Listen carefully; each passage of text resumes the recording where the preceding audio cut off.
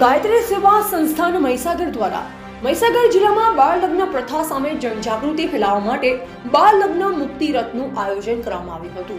આ રથ ખાનપુર, કડાણા અને લુણાવાડા, વીરપુર તાલુકાના કુલ 28 ગામોમાં ફેરવવામાં આવ્યું હતું। આ અભિયાનનો મુખ્ય હેતુ સમાજમાં બાળ લગ્ન વિરોધી કાયદા અંગે જાગૃતિ લાવવાનો, બાળ લગ્નથી થતા શારીરિક, માનસિક અને શૈક્ષણિક નુકસાન વિશે લોકોને સમજ આપવાનો તથા દીકરીઓના શિક્ષણને પ્રોત્સાહન આપવાનો હતો। રથ ગામે ગામ પહોંચતા ગ્રામજનો, બાળકો અને યુવાનોને એકત્ર કરી બાળ લગ્ન પ્રતિબંધ અધિનિયમ અંગે સરળ ભાષામાં માહિતી આપવામાં આવી। બાળ લગ્ન કાયદેસર ગુનો છે અને તેમાં સંડોવાયેલ વ્યક્તિઓ સામે કાયદાકીય કાર્યવાહી થઈ શકે તે અંગે પણ સમજાવવામાં આવ્યું।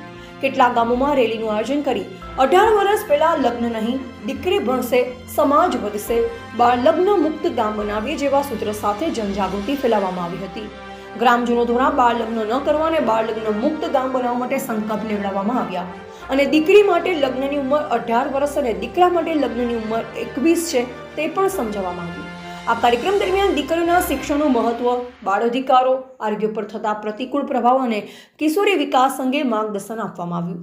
ગ્રામજનોમાં ખાસ કરી માતા પિતા અને યુવાનોમાં સકારાત્મક પ્રતિસાદ જોવા મળ્યો।